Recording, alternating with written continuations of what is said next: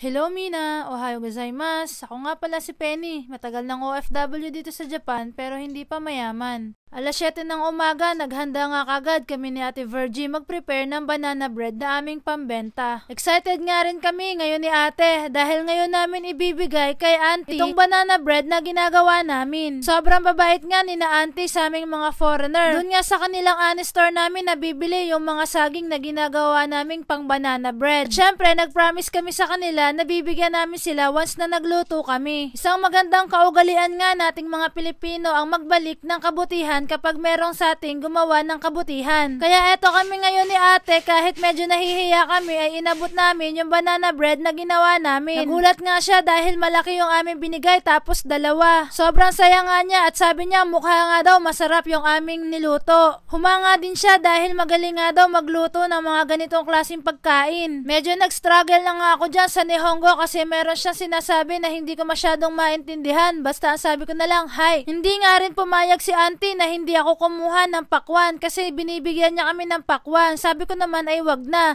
dahil kakabili ko lang sa kanya. Pero talagang pinilit niya pa na kumuha kami ng isang pakwan. Gawa nga nang natuwa nga daw siya doon sa aming binigay. Sana nga lamang ay pasok sa panlasa ni na Auntie yung aming banana bread. Hanggang dito na lang muna. Jane!